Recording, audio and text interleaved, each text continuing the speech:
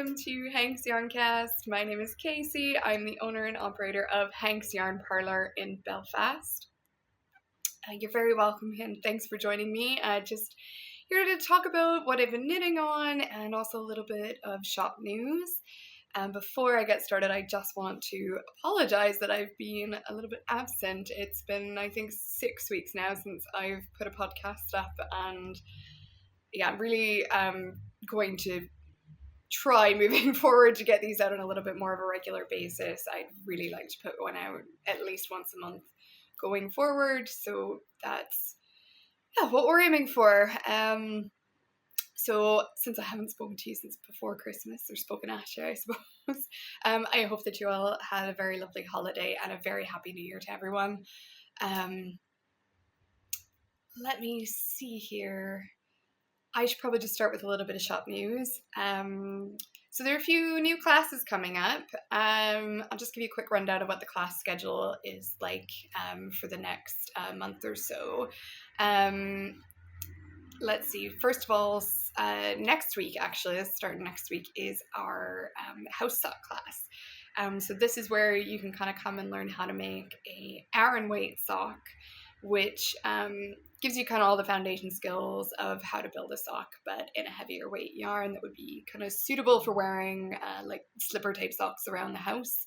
But they knit up a lot faster than fingering weight socks. So hopefully that just kind of, I guess, gives you the opportunity to get through it a little bit quicker and kind of get the concepts down in the class. And then you'll be left with a really, really lovely cozy pair of socks to keep your toes warm around the house while it's still very cold. So that is starting on Wednesday the 23rd, coming up this week. That's a two-part class. So it is Wednesday the 23rd of January, and the second part is Wednesday the 6th of February. So there's a fortnight in between classes.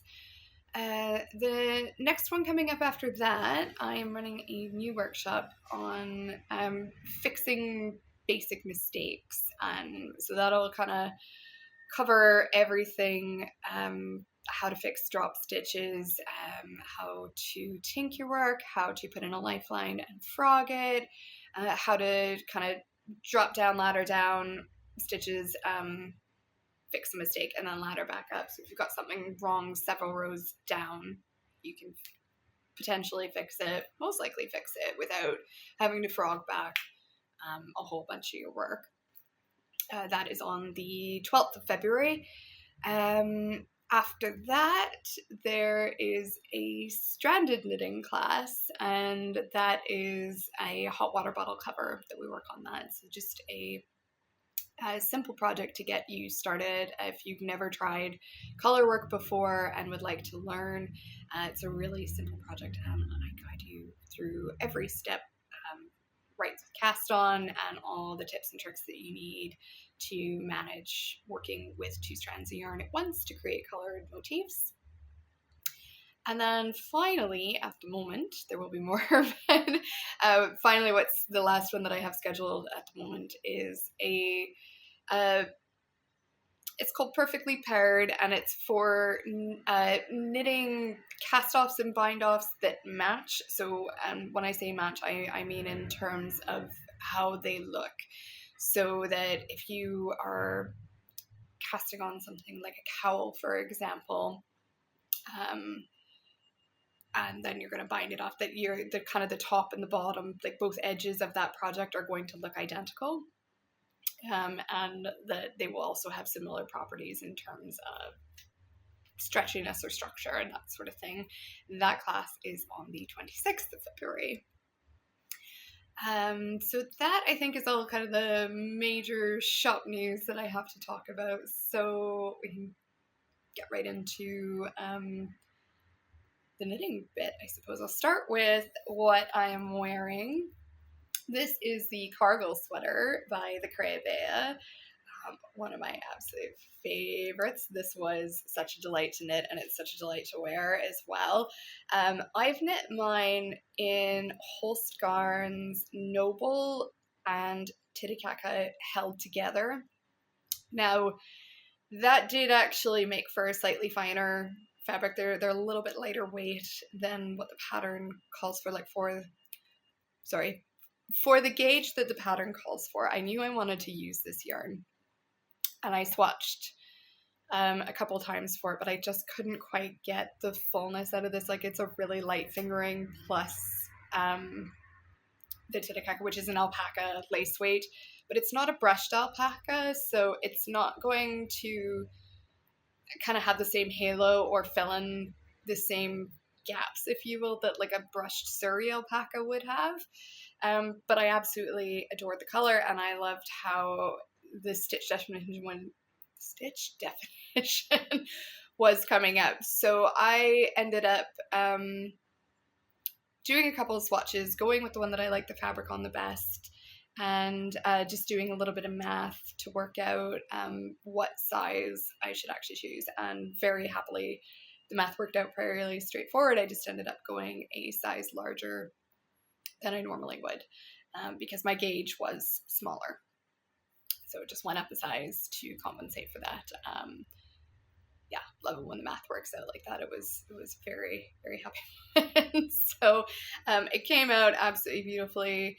Really big fan of these dip stitches. They look so complicated. I'm not sure actually, can you see them super well? I'm just gonna see. There we go. Just blow out my face entirely, but hopefully you can see the stitch definition there anyway. They're almost sort of like a cable-y sort of effect, but they're not cables. They're called a dip stitch. Little bit fiddly the first couple times that you try it, I think, and it does take a little bit of time, but it is well worth it.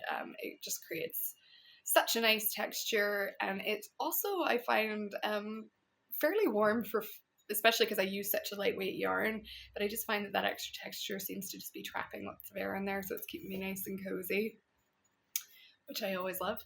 Let's see, what else can I say about it? Oh, I would say too, if you're not sure about doing an entire sweater, it was a bit of a commitment, not gonna lie. Took a while. She also has a really lovely cowl pattern that uses the same stitch pattern. So if you want to give that a go, with a little bit less kind of a taking on, I guess, such a major project, absolutely look at the cowl.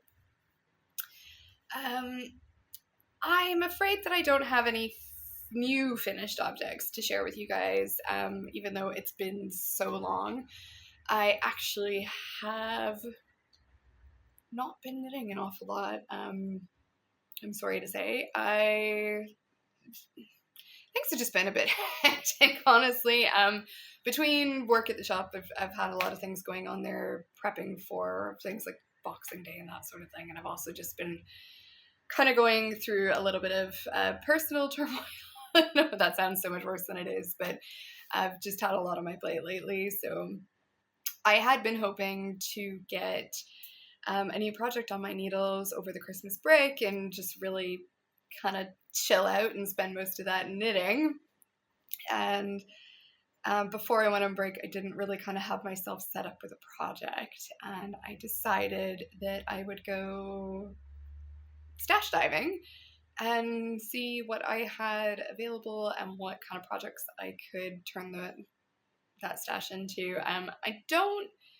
I don't tend to be much of a hoarder and stash in terms of, like, I don't usually go out and buy yarn unless I have a project in mind for it. Apart from occasionally seeing like a really pretty, one skein of hand-dyed yarn that I have to have occasionally, I will put those in my stash. But for the most part, my stash is made up of yarn that I bought for projects and then had leftovers, or yarn I bought for projects and then that yarn turned out to not work out for that project at all and just kind of got benched until I could come up with something else to do with it. Couple things stood out to me in my stash, but the one thing that I realized that I had an awful lot of leftovers that might actually be enough to do a whole jumper, which is my favorite kind of project to do. So I have in my stash a whole bunch of these kind of shades of gray, I suppose. they're all kind of monotone, from white all the way to kind of a charcoal. It's not quite black. It looks quite black there, but hopefully you can kind of see that sort of marled effect on it.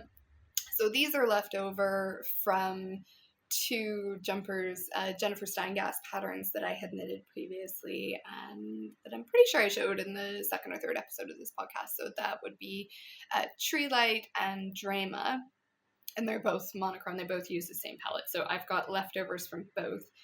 I have a total of about just over 450 grams, which works out to just over 900 meters. Now, that is probably just about enough for a sweater quantity for myself. Might be a little bit shy, so I might need to see what other Aran scraps I could put in with them. Was kind of my first thought. And I went looking on Ravelry. I said, okay, so I've got 5 colors in this, but I unfortunately don't have a even number of those colors. So I have about 2.5 balls each of the white and the lightest gray and the darkest gray. And then I only have these 2 balls in the 2 midtones. So I went looking on Ravelry just to see if I could find like a color work pattern that would suit these. And I was down a Ravelry rabbit hole for like 10 days, you guys. I'm not even joking. I just couldn't find exactly what I was looking for. I think I had one of those moments where I'll know it when I see it, and then I never saw it. I was really kind of torn between whether I should do a colorwork pattern or perhaps maybe more like a fade. Like they do kind of work for that, but I wasn't sure if I've got quite enough of the 2 midtones to work a fade without it being, I don't know, uneven looking. It just might still be quite jarring as it fades down, so I wasn't totally sure about that.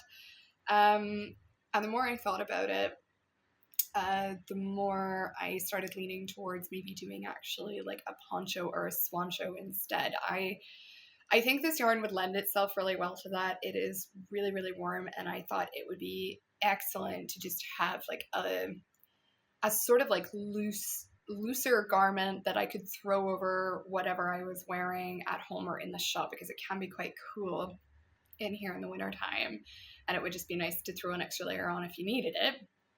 So something like a poncho, I thought would kind of serve that purpose really well. And then I went looking down the Ravelry rabbit hole some more for poncho patterns, and I did find a little bit of inspiration doing that. So just in terms of, I think I was more looking for at the time just sort of what sort of shape am I really wanting this garment to look like. So I just kind of went down and said, you know what, I'll just favorite in Ravelry what kind of shapes appeal to me, and I never did find anything that was quite right, but some of the ones that were sort of speaking to me in terms of just what I was looking for in terms of being able to just throw it on over top of what I was wearing are the City Cape by Pearl Soho. I'll just pop a photo of these up here in the corner. Wednesday's Child by Laura Ayler. Both of these just kind of had, I like that the City Cape had that sort of diagonal across, but it still had the collar on it. It looked really cozy. Now, as much as I like that shape, I did have to think practically. I'm not sure if a high collar on it is going to really serve me with this yarn, because that Lopi is very rustic, and while it's very warm and it works great as an outer layer, I don't know how I would feel about this really rubbing on my neck. Both of the sweaters that I've made out of it have more open necklines, and I always wear something underneath them. I So I don't think that this is super practical for that bit, but then I thought, well, maybe I could substitute a similar but softer yarn kind of for that bit. So it's still kind of in the back of my head that it might have a color. I don't know. I've also just kind of had on my radar that I'd really like to make this pattern was really popular over the past couple of years is the Ninilchik Swoncho. This is by Caitlin Hunter. It's an absolutely stunning pattern, and I've had a few of my lovely customers have come in and bought yarn for this and made it, and the color combinations that you can go with this is just stunning. And I think that's kind of in my head. I was like, oh, maybe the color work would work for that, but I don't have enough of this. And that pattern is written for DK yarn. Now that doesn't usually scare me because I'm pretty good at modifying them to suit my needs. But I also feel like if I'm going to make that one, I really want to do it in a lot of colors. Like I don't know that the monotone kind of thing, it might work for it, and it might look really beautiful, but I still don't think that I have enough of these to kind of make it work. And I can buy more. Of course I can buy more, but I prefer not to, if at all possible. Like the whole kind of point is to use it up. Like I don't mind buying a little bit extra to use this up, but I don't want to end up in a situation where I'm buying extra and then having leftovers again, if you get my meaning. So the more that I've thought about it, I think I might just self-draft a pattern, because I've seen a lot of kind of components of things that I like this style of, so I thought maybe I can kind of come up with something. So I've been thinking long and hard about the construction for the past 4 weeks now, I think. And I had a little bit of an epiphany about it last night while I was lying in bed and could not sleep. And I think I might finally have an idea just about how to achieve the shape that I want, without having to knit separate pieces and seam them up as well, because that was another thing that I saw an awful lot of.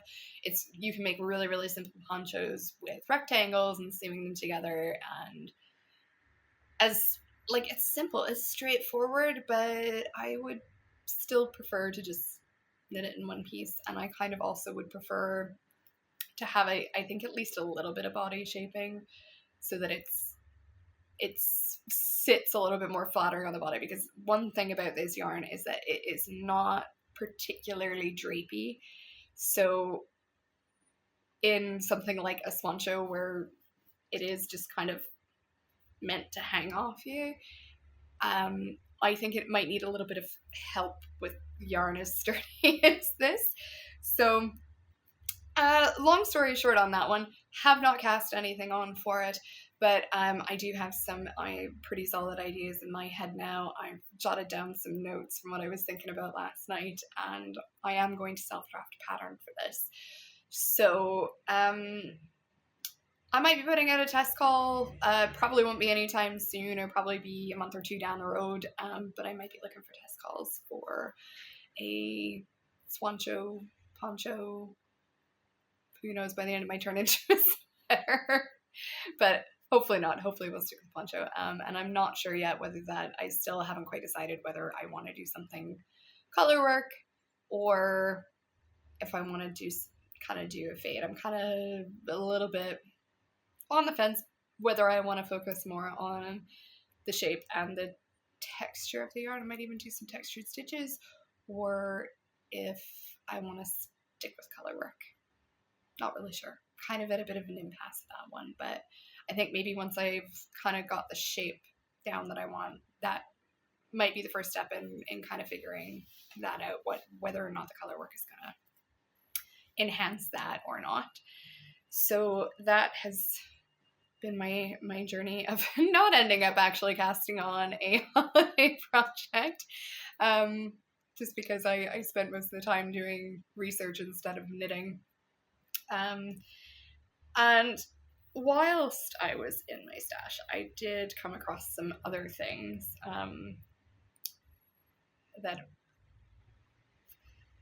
kind of, I didn't really think that I had a project for them, but I have been following for the last little while Trin Annalie on Instagram, and she had posted a photo a few months back when she had called for test knitters for her new pullover, and that is the Iris sweater. How freaking stunning is this thing? I absolutely adore the colors and the motif, and I normally wouldn't go for something quite so oversized, but it just looks so comfy. So I kind of, had saved that, and then it popped up again for me right around Christmas time. I think she must have released it. I actually can't remember now if it was right before Christmas or right after Christmas. Anyway, I saw it during the break. And she had posted that the pattern was now available on Ravelry, and she had posted she had knitted her sample in Holst Super Soft, which is one of my all-time favorite yarns. And this is no, I absolutely love Holst. They're friggin' fantastic. Really, really underrated yarn, I think. And absolutely superb for color work. So she released that pattern, and in her post she had made mention of all of the colors that she used in her sample in the Holst. So I'll tell you what those colors are now. So she has, the main color, the background color is nougat. The brown is cinnamon. There's a paler yellow that is maize. There's more of kind of golden yellow that is gold crest. The light blue is topaz. The dark blue is mariner. No, pardon. The dark blue is marlin. And there's a gray, really deep gray, that's kind of the stem of the flowers, and that is pebble. And then the ribbing, you may have noticed, is actually a different color than the background color of the jumper. So she used bleached white for that. And when I saw that she had used Super Soft in those colors, I had a little light bulb moment go off in my head, because whilst I was diving around in my stash and pulling out that lippy, I also came across, I have a bunch of leftover little balls of Holst Noble, including some leftovers from the jumper I'm wearing, that just very conveniently is in all of the same kind of colors that she used. This blue one is actually, this is a Super Soft, this isn't Noble. So in case you don't know, so the difference between Holst Super Soft and Noble is a little bit of a slight weight difference, and also just the fiber content's a little bit different. So the Super Soft is made up of a Shetland wool. I believe that it is 50% Shetland or Highland. It might be Highland, actually. Peruvian Highland, sorry. But I think it's Shetland. Now I'm having a moment where I can't remember exactly. Merino. Anyway, so the point is that it is a lovely mix of something a little bit more rustic and something really soft, which makes it really great for color work. The Noble, on the other hand, this is 95% Geelong wool and 5% cashmere. And this is softer than what the Super Soft is. Not by leaps and bounds, but it is a bit softer. It's also a bit finer. So the Noble, the cake length is 333 meters, and in the Super Soft it is 287. So you're getting a little bit more out of these guys, but they both bloom really, really well once they're blocked. So even though, like, I can show you this and it looks super, super fine, like it looks like a lace weight almost, but it does bloom and puff up and fill itself out really, really well, as does the Super Soft when they're all together. So the colors that I've got for this, I had just get this let Lopi out of my way so I can show you the others. Okay, so the base color that I've got, this is almond. And these are all basically like the noble equivalents color-wise. Okay, so I've got almond as my background color. I have got vixen in place of cinnamon. I have got ginger in place of the gold crest. I had this ball of opal, super soft. This is slightly lighter than what topaz would be. Topaz is a little bit, it's not brighter. It's more of like a slightly deeper and maybe slightly grayer and greener tone than what this is, but they're very similar. And then I have Atlantic in place of Marlin. I didn't have anything that was quite right in the super soft for the maize or for pebble. So for maize, what I did have that is very close is a little ball of Jameson and Smith's. This is color 121, and it's kind of like a heathered yellow, and it's very, very similar to what maize is. Now, the Jameson and Smith is a fuller looking yarn. Again, it's also a 4-ply, and it is a little bit thicker than the Holst stuff, but just keeping in mind that the Holst will bloom. So at the end of the day, they'll all come up sort of the same. And then I didn't have a substitute for pebble. Now, I kind of decided at the time, because of the way that the colors, actually I'll just throw the photo up again here, the way that the colors in that kind of stem or in the flower, they sort of graduate down. And I kind of thought to myself, I don't know that it's 100% necessary to actually have another color for this stem. There's so little of that, the dark blue, which is at the kind of the base of the flower before it hits the stem, that I kind of thought, you know what, you could probably just carry on and do the stem and the leaves in that same tone. But there are a couple other options. I think the most similar, sorry, I had a little bit of leftovers here from a Christmas jumper I did. This is also Jameson and Smith. Okay, so this is a green. I don't have the label anymore. I can't remember exactly what number this one is. I want to say it's FC46, but I will pop the right color number up here on the screen. So this is a green. Now, Pebble, I'm afraid I don't have a sample of it, but Pebble it's more of a gray, but it does have a green tone to it, and it's not a million miles away from this. This is just greener. So this is an option. I would need to get another ball of this because I don't quite have enough just with this little tiny, I think this is about half a 25 gram skein. I probably would need to buy another 25 gram skein to do it with this.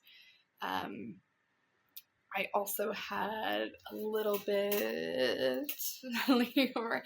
This is also some leftover Holst. This is Slate in the super soft.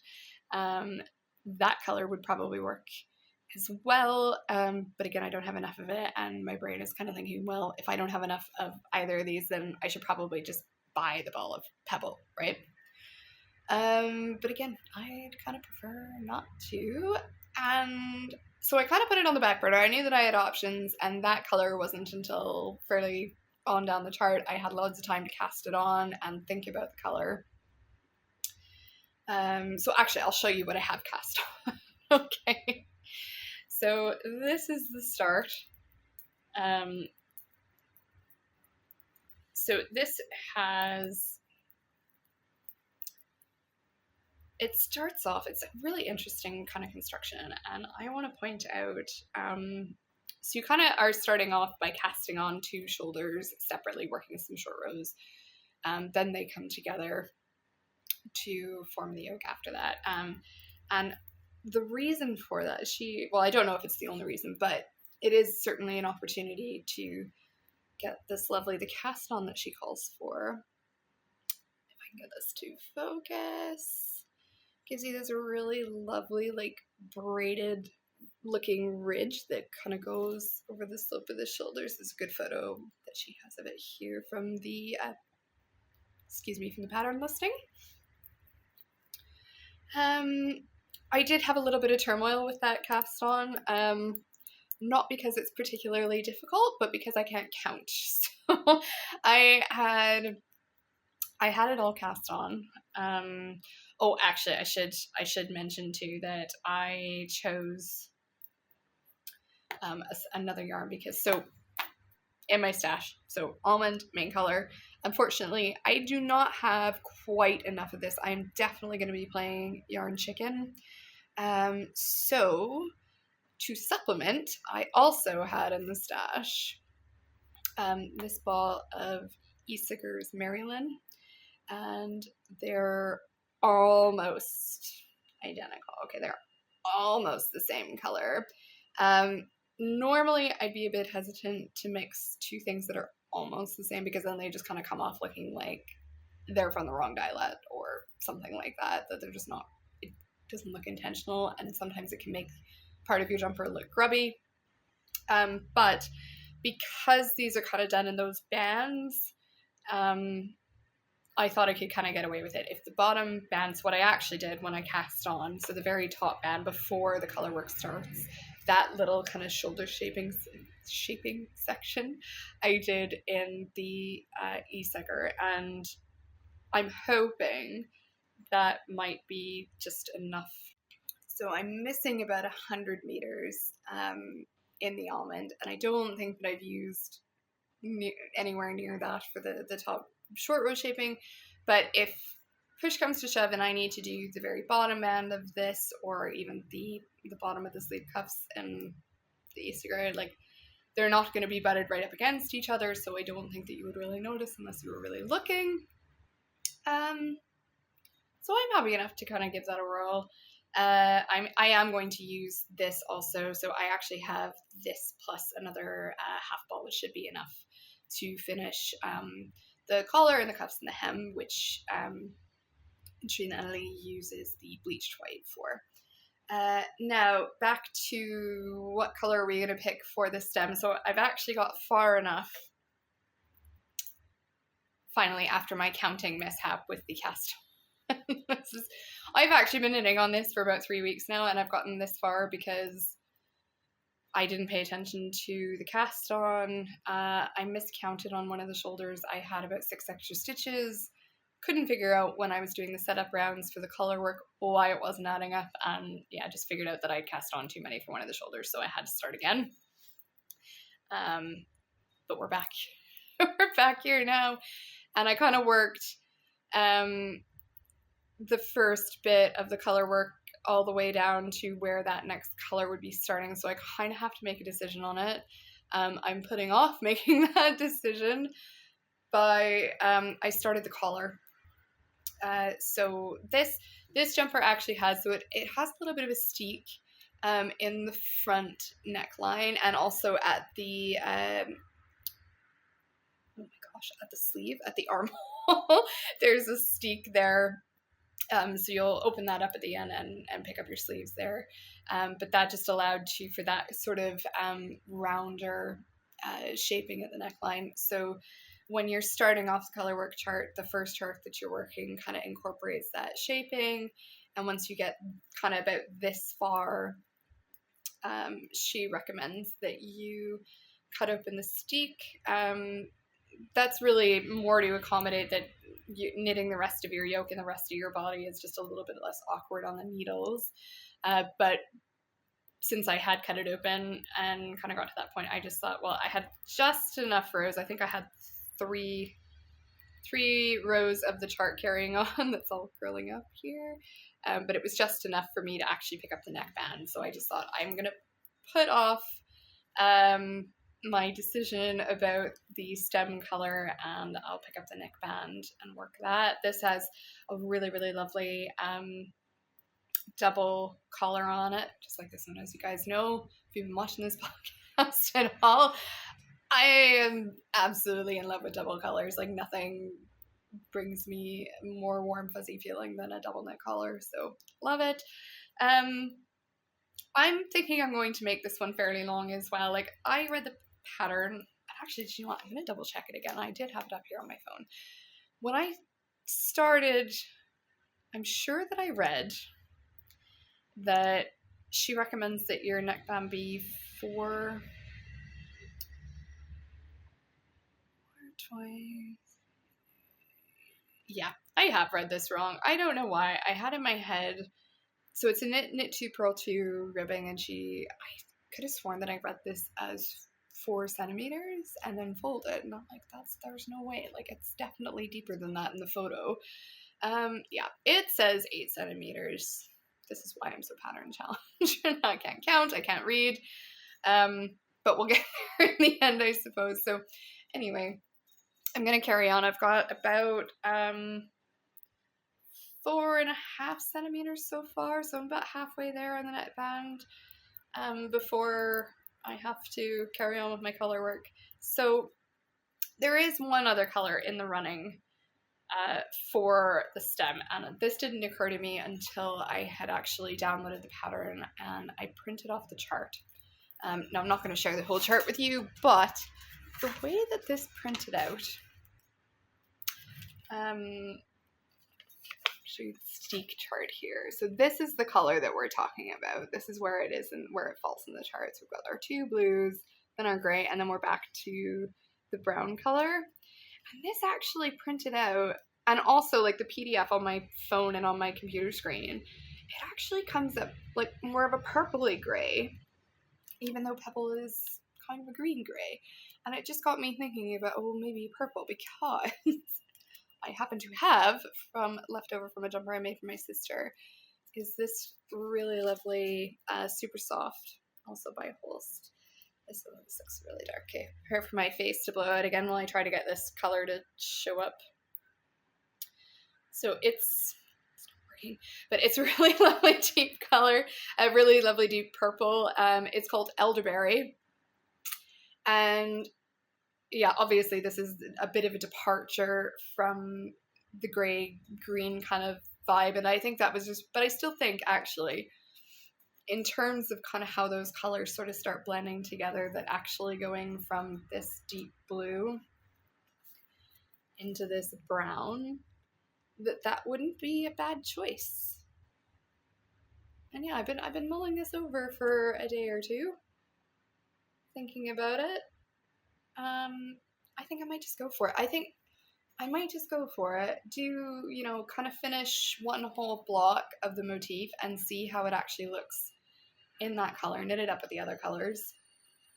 And then if I finish the motif and decide, listen, this is not working out, it's too bold, maybe it's sticking out a little bit too much, I don't know, and then at least, I can rip back a few rows. It's not the end of the world. I actually had to rip back a few rows on the existing color work already anyway, because I kind of, do you know ever sometimes that you just kind of almost get a little bit overconfident in charts, because they're usually symmetrical, and I had in my head, it's 24 stitch repeat on this chart.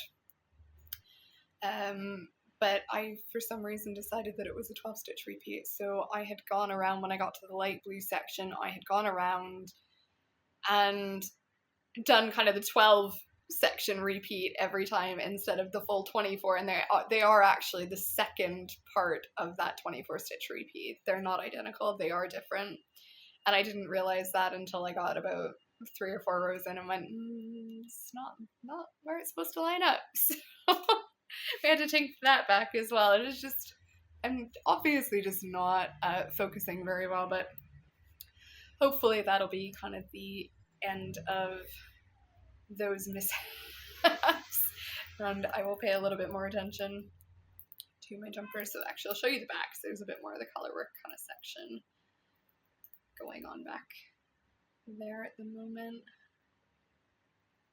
Yeah, I think this is going to be absolutely stunning. I'm looking forward to getting this on me. Now, I should also say that my gauge is a little bit tighter than what the pattern calls for, and I figured that it would be because the noble's a little bit finer, and because I'm a tight knitter.